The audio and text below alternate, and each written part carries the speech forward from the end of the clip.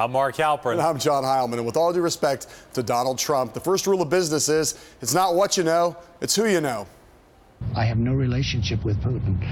I don't think I've ever met him. I never met him. This guy, Ricketts or something, I never met him. I have nothing against Bush. I don't even know the president. I never met him. Charles Krauthammer is a totally overrated person who really dislikes me personally. I never met him. They had a general named John Allen, and I never met him. Michael Bloomberg, he knows nothing about me. He's never been to my office.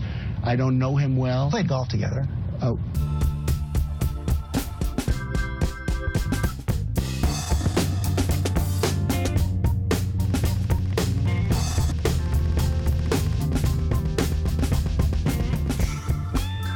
Happy National Respect for Parents Day.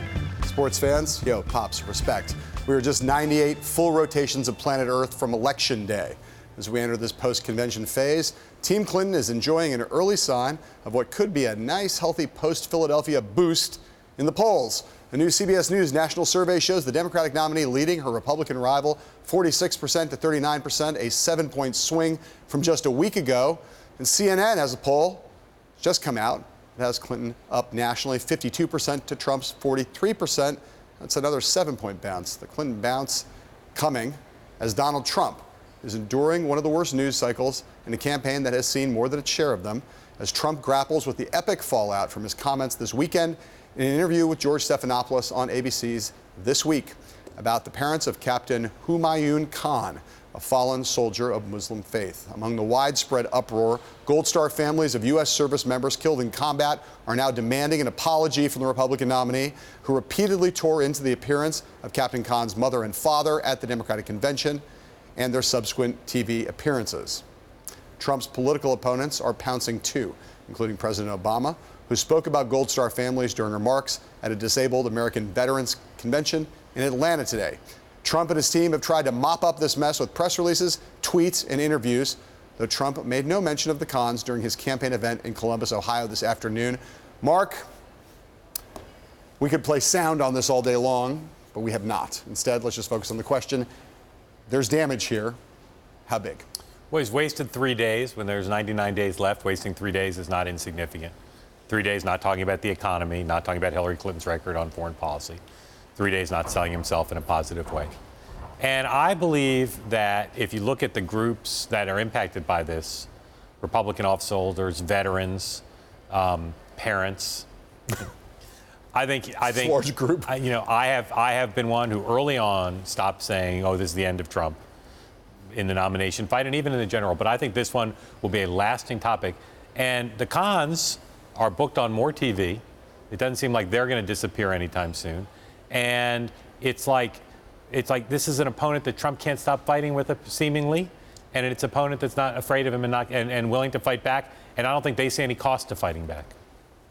It's a disgrace what he said, and the truth is, in this instance, there really is only one sacrosanct group in American society, literally only one, which is people who go and fight for the country and are killed. You know, their parents have a right to say whatever they want. And the right answer to that is always just to say, I respectfully disagree with these people, let's move on. And that would have eliminated all of this problem if Trump had simply said that. But he cannot resist getting into a fight with anyone who hits him. He has to hit them back, no matter who they are, no matter what the circumstances. It's a terrible quality for a candidate. I agree with you. Would never say anything is the end of Donald Trump, given what we've seen. But I do think this is going to go on for some more time. 22 million American veterans, 22 million people. That's a lot of voters out there, in addition to the parents that you mentioned, but 22 million American veterans who are today and maybe till November done with Donald Trump. And you look at the people he's attacked, right? Judge Curel, he's not fought back. He's not appeared on TV. If Judge Curel were in the room with me now, I probably wouldn't recognize him. John McCain, a politician, tough guy. Megyn Kelly, like the other people he's fought with, have either chosen not to engage with him on a regular basis or in some ways less sympathetic than these lovely parents who, sure, did they allow themselves to become politicized? They did, but it's their right to do that. Yes, and they decided, by the account of the campaign and the convention, they decided they came forward, they had something they wanted to say. They said that thing. You could, again, Trump could easily disagree with. He could have said, I've read the Constitution, Mr. Khan, I disagree with you, move on. Instead, he offered this criticism of Mr. Khan's wife with clear subtext of a clear anti-Muslim subtext in it. And now you have Roger Stone, Trump confidant, out tweeting things about how he's a member of the Muslim Brotherhood or he's somehow behind people who funded 9/11 attacks.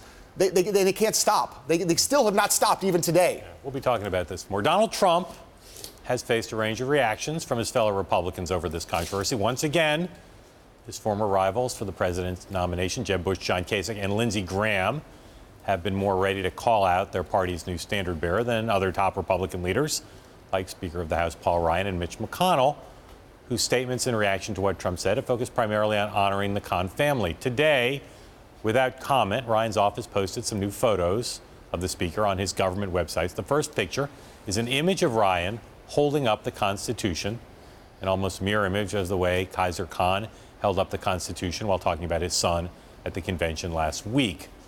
Meanwhile, Republicans who are up for re-election this year are distancing themselves from Trump more than they've ever done before. Kelly Ayotte, who faced a tough challenge in New Hampshire for the Senate seat she now holds, said she was, quote, appalled at Trump's remarks. John McCain, also facing a re-election battle, put out a lengthy statement saying his party's nominee doesn't speak for all Republicans and doesn't have, quote, unfettered license to defame those who are the best among us. Maybe the most extraordinary statement, though, came from Trump's own running mate, Mike Pence. A statement put out over the weekend, speaking for both Trump and Pence, said, Donald Trump and I believe that Captain Humayun Khan is an American hero, and his family, like all Gold Star families, should be cherished by every American. Captain Khan gave his life to defend our country in the global war on terror. Trump himself, in an event today, did not echo those remarks in any way, avoided the topic completely. So, John, how is the Republican Party handling what Trump has said about Khan? Some of them a little bit better and with a little bit more honor than they've handled some of these things in the past. I still continue to question how it is that these Republicans who are in the party and the ones who are running for re-election seem to have convinced themselves that somehow this kind of thing is not just going to keep happening again. This is part of a pattern. We see this with Trump with great regularity. And we're now past the point that anybody believes there's going to be a pivot and that Trump is never going to say things like this again. I think they have a huge political problem. If you're running for re-election right now, and the ones, as you pointed out, the ones who are running for re-election have spoken out most strongly against him. But it is going to come a time, if this was not the moment, I don't know what is, but where people are going to have to reconsider whether they can actually stand by their endorsements of Trump and maybe start to really actually actively walk away from him. No one else we've ever covered who's run for any office would say what Trump said. No one. No one. And no one ever has. And Trump is lucky, in a way, that this happened in a summer weekend when there's other stuff going on, as opposed to a weekday when Congress was in session. Paul Ryan putting that picture on the website is cute. Yes. It's cute, but it is not a condemnation. And my hope is that everyone's going to have to own up to it on camera. We look to find Republicans reacting on videotape. Right. There have been almost none. Right. They're all trying to run and hide from this because they know how horrible it is politically. And I'm certain, knowing a lot of the people we just talked about, they're offended by what Trump said, as offended as anyone in the press who's talking about it, as anyone in the Clinton campaign talking about it. And their silence about this, I think, speaks to the fact that the election's 100 days away and Trump's now their nominee. And they don't want to damage their nominee, but they are damaging their souls by not speaking out more clearly. Right. This is the thing: is it raises this issue that goes beyond politics. And I know we talk about politics on this show, but it's been raised most pointedly with Ryan in the past, and he has a complicated situation. I understand it, but many of these said, "I will speak out." Right. Yes, and he has not today. But many of these people are not merely offended by these comments, I believe. Many of them believe that these kinds of comments, this comment and comments like it in the past, render Donald Trump unsuitable to the Oval Office. They believe that in their hearts, and yet they are either nominally endorsing him and just trying to stay clear of the trouble, trying to mitigate the political fallout. I just don't know how, just as a human being, how you live with yourself if that's what you believe. If you believe he's fit for office, fine. But if you don't believe it, how do you live with yourself? This is not insulting a federal judge and questioning his impartiality. This is more. And a lot of people spoke out about that forcefully. I'm amazed at the relative lack of forcefulness. All right.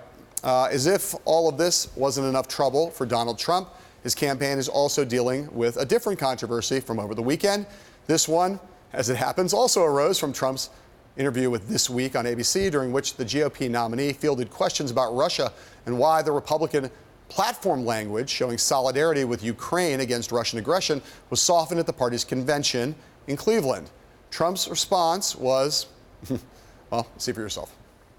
He's not going into Ukraine, okay? Just so you understand. He's not going to go into Ukraine.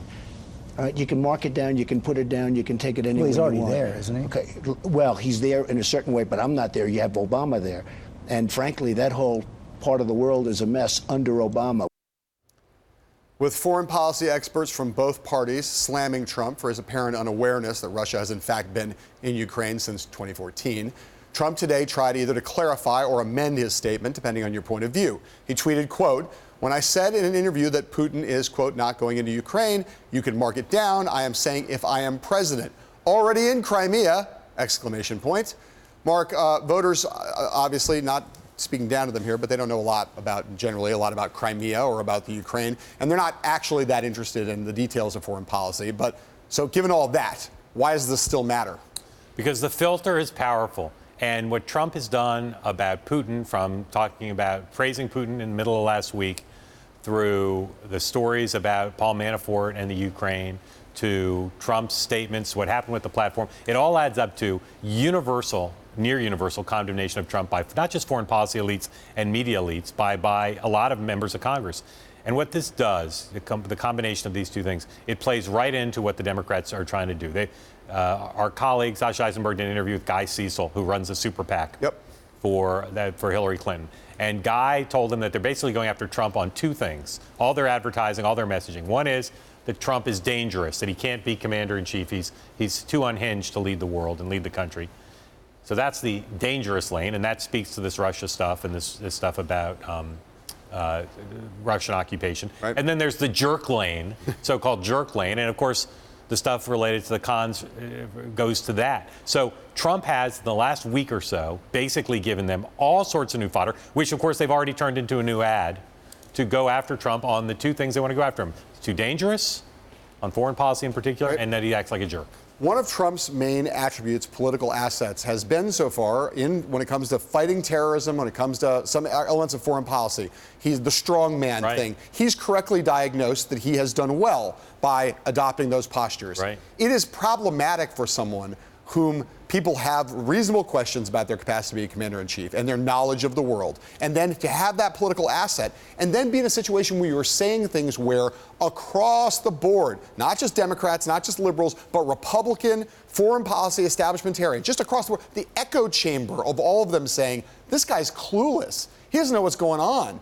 That Russia went into Ukraine 2 years ago. It was in the news. This is not a headline that you need to be a super expert to know about. That's just bad for you. It's undercutting. It's weak. Right. How are you going to stand up to Putin if you don't even know where he is? Where he is, right. Undercuts a key asset for him. In addition, I think we're in 100% agreement about this. All right.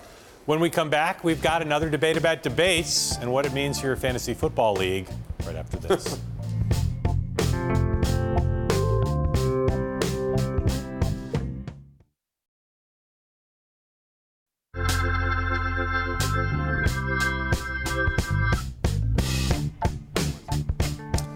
First of the three general election presidential debates is still about 2 months away, but Donald Trump is already reprising his nomination fight challenge of rigged system to what's going on, seeming to challenge the Commission on Presidential Debates legitimacy and their proposed schedule. The Republican nominee has been complaining that two of the televised debates involving the presidential candidates are up against NFL primetime games. The bipartisan commission that set the dates nearly a year ago says it took into account religious and federal holidays as well as baseball playoff games to maximize viewership. But Team Trump still say they want to discuss some alternative nights. Hillary Clinton told reporters yesterday in Ohio she plans to be at the debates as scheduled. So, John, what is Trump up to here? Well, if you were being, well, first of all, it's one of the things he's up to is he's telling another lie, as he did this weekend, about the fact that the NFL supposedly wrote him a letter, which is not true. More importantly, he's beginning the quadrennial ritual of the debate about debates and the negotiations over. We see this every 4 years. We've had some question about whether he would want to do all three debates. That question's been kind of lingering and out there for months. I don't know what his end game is here. But again, to put this in the context of normal presidential campaigns, a debate about debates, scheduling, formats, all that stuff. We see that every 4 years. Trump's made his opening bid. It's a little bit ridiculous. The reality is, in the nomination debates, you see a lot of debate about debates. You don't see much of it in the general. The commission has generally gotten their formats, gotten their moderators. Our folks did a look, and the reality is, there's not a date in October you can find that doesn't have some conflict with either a holiday or a major sporting event. There are a couple days right around the time of the first debate that don't seem to have conflicts, and so I wouldn't be surprised if they moved the debate away from the Monday to the Tuesday or the Wednesday. Those seem to be the only days within the time frame of these debates where you could go. I suspect that will happen. But I can tell you this. You're not going to have 3 debates in a row, though. There's three days. You'd have one with a conflict. Right. You can move one off a conflict day to a non-conflict day. And then two within 3 days? And then one up in an NFL game. Well, it's the only alternative, I think. The reality is the moderators of these debates will be hugely important, and that's what I think Trump's trying to influence. And I think he's trying to influence. I think he's fine doing 3. He wants to influence who the moderator is. Other possibility raised by someone, not me, but I thought was smart, was the possibility that he might be trying to get Jill Stein and Gary Johnson on the stage with him and turn it into a multi-candidate debate rather than only have one-on-one. I'm not sure that's in his interest. All right, up next, Hillary Clinton's Foxy News moment and a new club for billionaires lining up against Donald J. Trump, billionaire. All that after these words from our sponsors.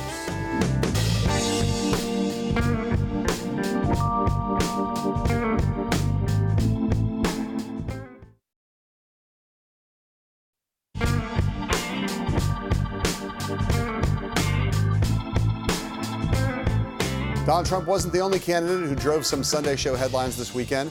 During her post-convention bus tour of Pennsylvania and Ohio, Hillary Clinton sat down with Chris Wallace for a Fox News Sunday interview. For the most part, it was a pretty strong performance for the Democratic nominee, but Clinton was also confronted by a topic she should be used to talking about by now, her emails. FBI Director James Comey said none of those things that you told the American public were true. Chris, that's not what I heard Director Comey say, and I thank you for giving me the opportunity to, in my view, clarify. Director Comey said that my answers were truthful and what I've said is consistent with what I have told the American people. That there were decisions discussed and made to classify retroactively certain of the emails. I made a mistake not using 2 different email addresses. I have said that, and I repeat it again today. It is certainly not anything that I ever would do again. I take classification seriously. I relied on and had every reason to rely on the judgments of the professionals with whom I worked. So a lot of people jumped on that, what some would say is a generous interpretation of the FBI director's findings. Today on Morning Joe, Clinton campaign manager Robbie Mook was pressed on his boss's answer and made no effort to walk it back. What the director of the FBI testified was that he did not see a basis to believe that she knew the information in question was classified when she received it. Important caveat here. We can't see these emails. We don't know. We don't know if they were marked. We don't know if they were marked properly. We don't know. And so the fact of the matter is we are having to rely on what he is saying, and included in what he said was he did not believe that when she received these emails, she had any reason to believe that they were classified. So, Mark, after the Comey press conference, the Clinton campaign basically felt like they had put the email issue behind them, but here it is popping up again. So I ask you, how much of a political problem do you think this will be going forward from now until November? Well, the Trump campaign is right that the press is not as interested in old Clinton controversies as they are in new Trump controversies, and that's a problem for them. Clinton controversies or Trump controversies? The press is not as interested in old Clinton controversies as they are in new Trump controversies. Okay, yeah. You know, so it's going to be hard. I mean, if this thing had happened with the emails a month ago or 2 months ago, people would have been much more over it. 4 Pinocchios is 4 Pinocchios. But, you know, we've kind of been around this before. It's not necessarily fair to the Trump campaign, but it is what it is. I think that she basically doesn't want to admit any more, doesn't want to show any more weakness on it. The team is rallying around her. Both Robbie Mook and Brian Fallon have taken heat today on social media and the web for what they said. Yeah. But They don't want to show any more weakness, and they're hoping that the press is no longer interested in what is a rerun of a controversy. Yeah, and look, I think the thing you said a second ago, I think it's just true in general. The press is interested in new controversies rather than old controversies in both cases, right? They're not interested in old Trump controversies either. It is the case that this email thing has taken a huge toll on Hillary Clinton. She has paid a big political price. You see that in her honest and trustworthy numbers. You see that in her favorable, unfavorable ratings. It's the main thing holding her back from being much further ahead of Donald Trump than she is. I think the foundation, which is always, in my view, for a long time, for a year and a half, I thought the foundation was the place where there could be more controversy that would really damage her. And people are, partly driven by the Trump campaign and for other reasons, are starting to turn their gaze towards the Clinton Foundation now. I imagine that is going to, if there's going to be blood, it's going to be on that and not so much on the email thing, which I do think is dried out now. And of course, September, the Clinton Global Initiative will be meeting here, so it's the ultimate peg for everybody to do stories. Yep. I think that, like I said, she doesn't want to admit any more than she's already admitted. She just wants to give some universal claim of, I shouldn't have done it. It was wrong to do. I regret doing it. But we'll see. I think there's more to come on the emails. We'll see. All right.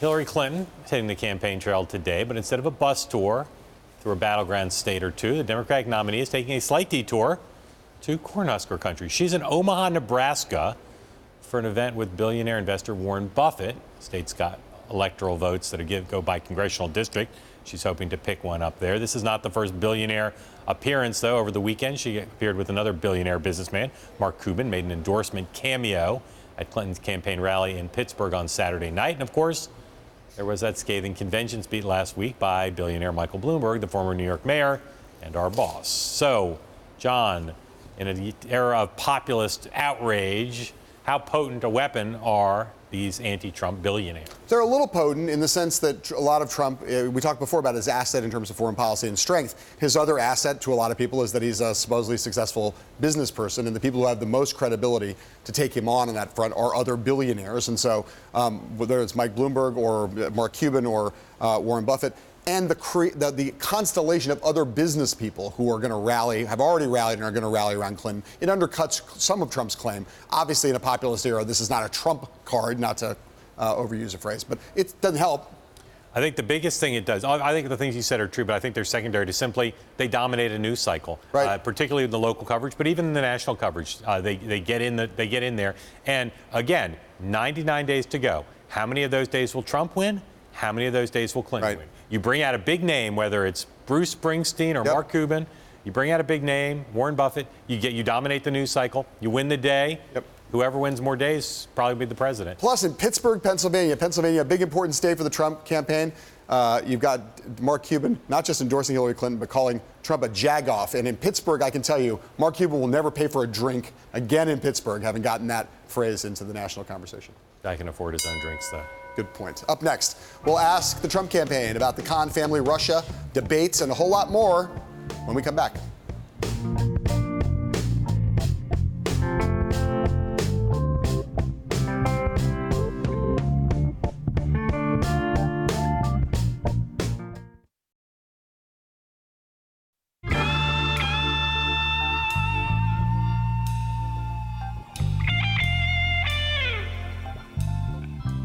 Now to talk about Donald Trump's weekend and his today, Trump's campaign's national spokesperson, Katrina Pierson, who comes to us live from Dallas, and Trump's surrogate, Boris Epshteyn. Welcome to you both. Thank you. I want to ask you both the same question to start. Katrina, you first, and thank you for joining us.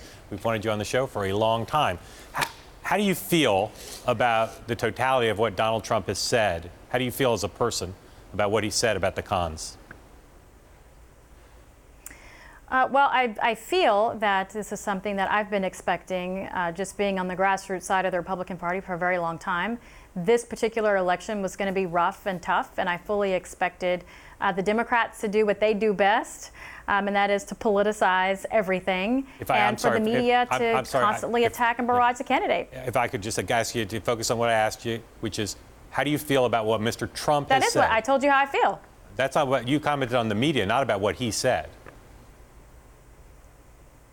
Well, every time I go on a TV show, it's to correct the record or to explain something that a journalist or the Democrats have taken out of context. So if you're asking me how I feel that Donald Trump is not your typical politician and does what he always does. He defends himself when attacked, and I understand that the media and the Democrats aren't used to a Republican who has a backbone that's going to fight back. I appreciate all you're saying, and it's responsive, though, not to what I'm asking. I'll ask one more time, and then we'll move on. How do you feel about as a person, about what Mr. Trump has said about the cons? I feel Mr. Trump has been defending himself like he always has. Okay. How do you feel about what he said? I'm fine with what he said. I was there at the DNC. I saw the speech. And again, let's start with this. I myself, the Trump campaign, Katrina, and Mr. Trump have utmost respect for Captain Conant, for his parents, for their loss, for their supreme sacrifice. So that is a baseline that we do not want to move off of. Would it have been better if he'd emphasized that in his initial comments? He is somebody who was attacked by Mr. Conant from the DNC. Yeah. And it was not act as it was a bipartisan speech, right? I've been asked this question today. Well, he was at the DNC, so it was a partisan affair, and he spoke in a partisan way, right? It was an attacking speech against Donald Trump, and Donald Trump saw the speech, reacted to the speech, and you know, some of the comments were in direct response to questions by George Stephanopoulos. So I'm fine with what he said. So when you hear the VFW, Senator McCain, veterans, Republican veterans, Democratic veterans who come out and say, you know what, this guy paid the ultimate price of defending his country. His parents have a right to say whatever they want. You say what to those veterans of both parties who are deeply, profoundly offended by what Mr. Trump has said? Again, they, just like Mr. Trump and very much like the cons, have their right to their opinion. I happen to disagree. I think that the Gold Star parents deserve, again, utmost respect, absolute respect. But do they get to say whatever they want? So you're saying they're wrong to be offended? Who's wrong to be offended? The many, many veterans groups that are outraged? Not. They have their right to be offended, just like Mr. Trump has the right to be offended by things said about him. Everybody has their right to their own feelings and to take, you know, the comments whichever way they will. Katrina, one of Mr. Trump's close confidants for a long time is Roger Stone.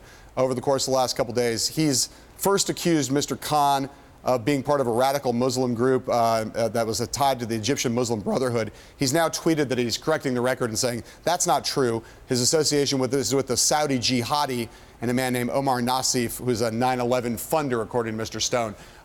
How do you want to associate yourself with those accusations of Roger Stone, or do you have any other kind of response to that? Well, you'll have to ask Roger Stone. Roger Stone's not a part of the campaign, and I don't represent him. So you'll have to take that up with Mr. Stone. All right, so you have no comment on someone who's a close confidant of Mr. Trump doing that, even from the context of I don't know what Roger Stone is talking about. So you're going to have to talk to Roger Stone about that. What I cannot do is sit here and try to tell you something I know nothing about. Right. Although I do appreciate the efforts of trying to tie him to the campaign, but I'll say again, Roger Stone is not a part of the campaign, and therefore you'll need to talk to him. Trina, let me ask you this. Do you consider the matter with the cons to be over and done with? Oh, I do, absolutely. You know, Mr. Trump responded after the speech, and it was Mr. Khan who went out and did all of the TV shows, and Mr. Trump responded again. I don't see that happening in the future. Mr. Trump made very clear that he had nothing to do with the death of Mr. Khan's son, who was definitely a war hero. So it's just a little bit disconcerting on why this attack was even lodged at Mr. Trump, considering Mr. Trump had nothing to do with the Iraq war, whereas Hillary Clinton voted for it, and then she didn't support the troop surge, then wanted to go into Afghanistan, not to mention the failures in Libya, which is putting all of our servicemen in danger as we speak. Donald Trump has nothing to do with that man's son. Boris, what do you think is going on with Mr. Trump's comments, or what do you know is going on with his comments about the debate schedule? You think if you look at the debate schedule, 2 debates are scheduled on NFL nights. I'm a fan. I don't know if you're fans or not.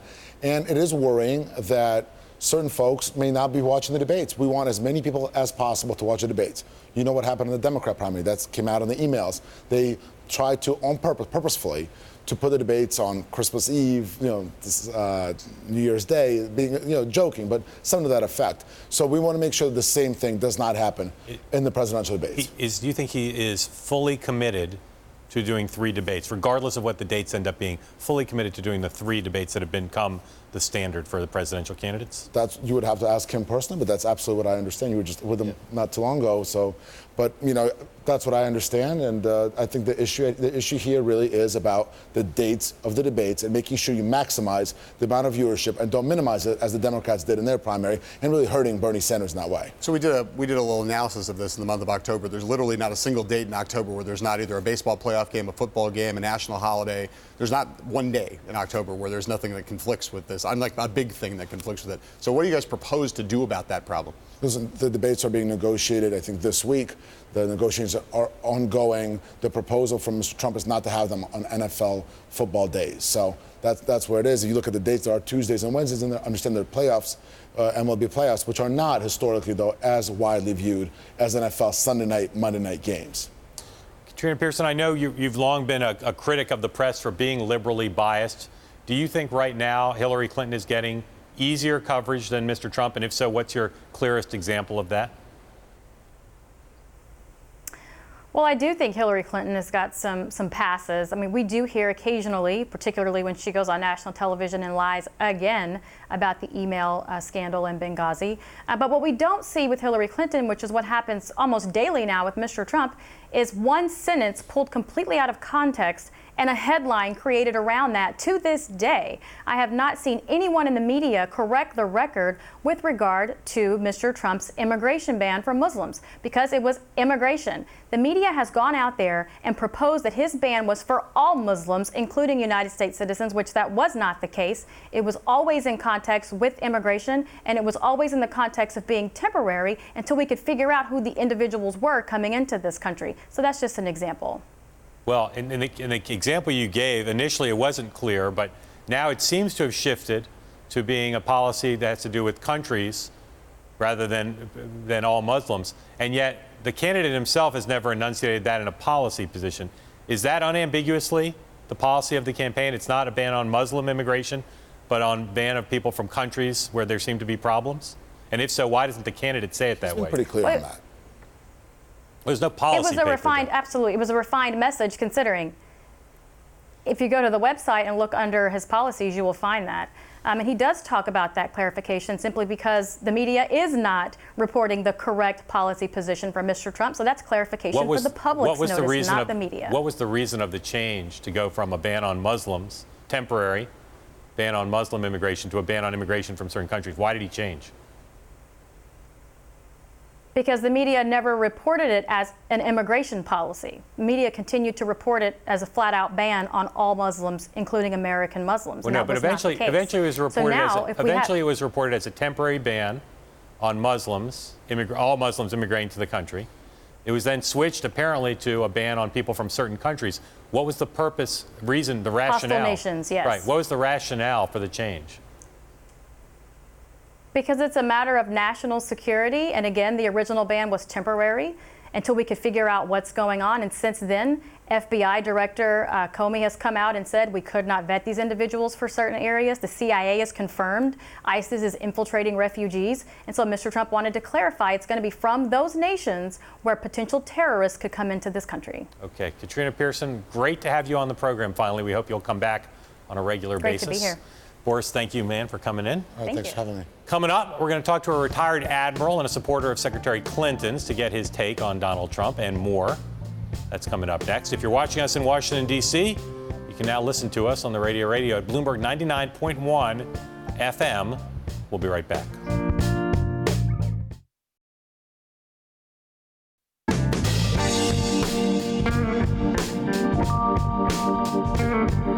Welcome back. We're joined now by retired Rear Admiral Jamie Barnett, who spent more than 3 decades in the U.S. Navy and Naval Reserve. He's now a Clinton campaign surrogate and joins us today from Washington, D.C. Admiral Barnett, thanks for coming on the show. We just heard a couple of representatives of the Trump campaign say that Donald Trump was well within his rights to attack Mr. and Mrs. Khan because they started it. What do you think about that? Well, I think what Donald Trump did is actually despicable and reprehensible. I mean, the fact of the matter is, all he really had to do is thank them for the service of their son and the sacrifice of this family. And instead, he's continually and just keeps doubling down on going back against them. I mean, it's alarming to me, just from a decency standpoint. But from the standpoint of wanting a commander-in-chief who has empathy with our Gold Star families who have already lost someone, it gives me some concern about his ability to make decisions of committing American troops in the future for those Blue Star families who have loved ones currently serving. Admiral, I want to ask you this question in a sensitive way. Now that the Khans have entered the political arena, obviously we all mourn their loss and respect them and cherish their First Amendment rights to speak out. But are they now, not having spoken at a political event, now fair game to be criticized, to be attacked even in the arena of politics? So Mr. and Ms. Khan made the decision to speak out against what they thought was just outrageous comments by Donald Trump, indicating that their son would not have even been allowed into the United States. So there is certainly rough and tumble in politics, but the fact of the matter is that Gold Star families should be treated with respect, and we have not seen that. All of our services have core values. For the Navy, it's honor, courage, commitment, but all of them have similar things, one of which includes integrity and respect. And really, if the commander-in-chief cannot exhibit any of the core values of our military, should he be commander-in-chief? Admiral, let me ask you, we saw Donald Trump over the weekend make a statement that seemed to suggest that he did not know that Russia was in Ukraine and has been for a couple of years. This is part of a constellation of comments he's made about Vladimir Putin, postures towards NATO. Just taken together, what's your view of what Trump's posture is and what it means and how he deals with Russia? Which country is he running for president for? I mean, it's alarming the way that he has defended Vladimir Putin, seems completely unknowledgeable about the world events, defends Putin and when he's accused of killing journalists, and does not seem to really understand the importance of our NATO alliance. I mean, to kind of paraphrase Mr. Khan, I'd pull it out and say, Mr. Trump, have you read Article 5 of the North Atlantic Treaty? I mean, this is common defense among our nations, and we have a Russia that is obviously in an expansionist mode, and he seems to be a sympathizer more with them than he is with the Khans. Admiral, you know so many people in the Navy now who've been in the Navy over the years. I'm wondering what your sense is of the breakdown of how many are, what percentage supporting Secretary Clinton, what percentage supporting Donald Trump? Well, you know, we're very fortunate in the United States to have a non-political military. So people currently serving in uniform, and when I was in uniform, we did not express political beliefs. But I will tell you from the people that I've talked to who have retired or left the military, whereas a lot of them are generally considered to tend toward the Republicans, there are a lot that are either not saying anything or they're actively coming forward, and it's things just like this that raise concerns. I mean, I don't think in the history of our democracy have we ever had someone who is actually a threat, not that would cause a threat, but would be a threat to our men and women in uniform. I'm afraid that his lack of knowledge and his lack of temperament will get us into a war that we do not need to be, and this lack of empathy plays into that. All right, Admiral Barnett, thank you for coming on the show. We appreciate your time. We will now call in a pair of dueling strategists when we come back.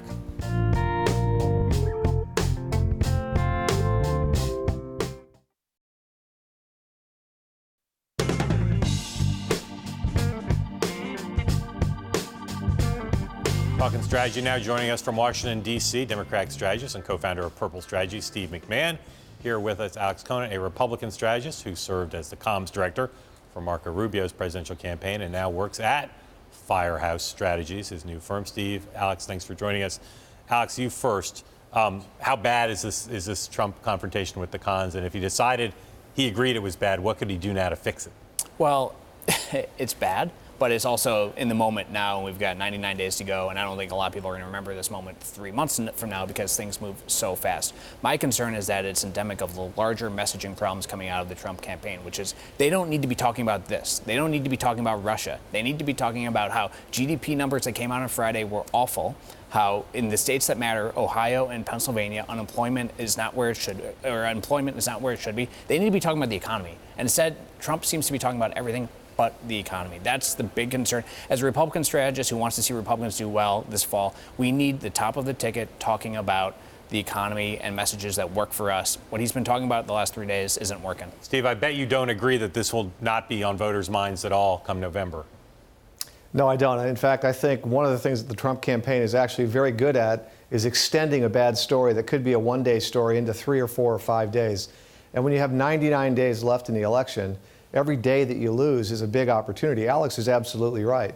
This is a campaign that seems to have no message discipline, and a candidate who doesn't know the Russians are in Crimea, and so many other things. It's not a very good day to be a Trump supporter. Steve, let me ask you from a Democratic perspective. We've been very hard on Trump for all the obvious reasons over this con thing. If this goes on for days and days now, and the cons keep doing interviews, it's going to look to some people like Democrats are trying to milk this controversy, or at least there's a risk of that. How does the Clinton campaign avoid that, making it look like it's overly politicizing something that shouldn't really be politicized, and that Donald Trump obviously caused all this by politicizing it himself? Is there a risk for them, and how do they avoid it? The Democrats, that is. Well, I mean, there's always some risk, but I don't see any evidence that the Clinton campaign is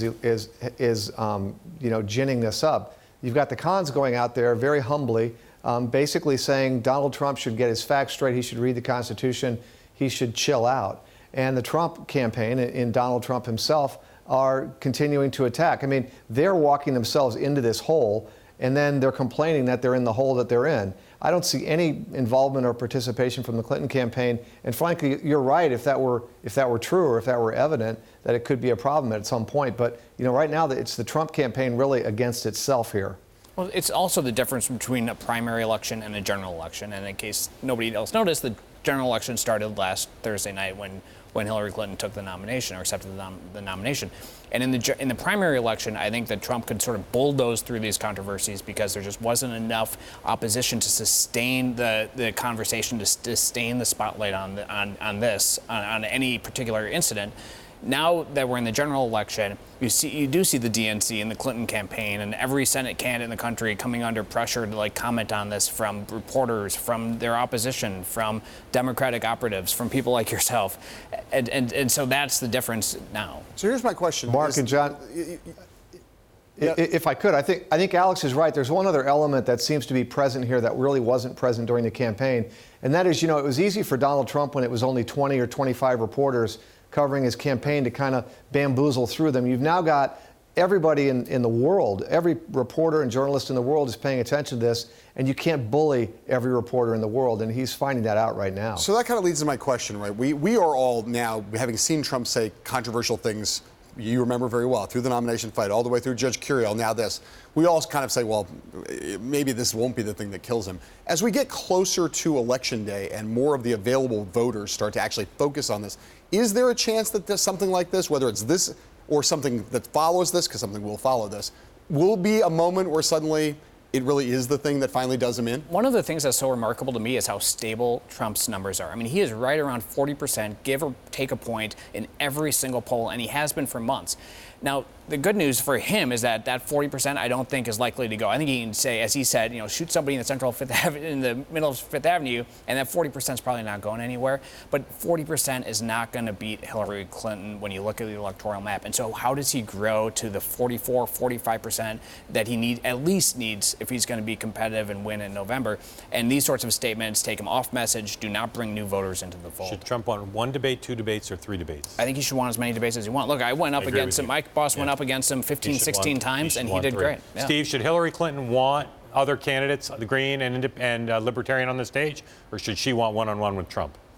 I think she wants one-on-one with Trump, and I think, unless some of those other candidates get their numbers up to 15, 16, 17%, where Ross Perot was, there's a standard here that actually I think will be difficult for the others to meet. But if they do, they deserve to be on stage. If they don't, it should be a one-on-one, and that's what Hillary Clinton should want. She'll excel at it. The single biggest mistake he made during the primaries was skipping the debate on the eve of the Iowa caucuses. He should just let the debates play out and try to drive as many viewers to them as possible. Even if they're on a football night. Yeah.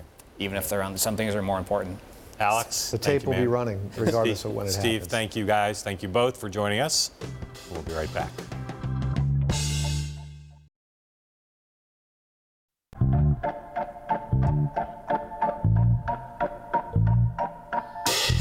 Little billionaire smack talk out in Omaha tonight. Warren Buffett challenging Donald Trump to a tax return off. Says he'll meet him anywhere. If Trump shows his tax returns, Buffett will show his. On BloombergPolitics.com, make sure to check out John McCormick's great story about how the presidential campaigns plan to compete with the Olympics for attention this month. Coming up on the TV, Corey Johnson talks to an Uber board member on Bloomberg West. Until tomorrow, from me and Mark, sayonara.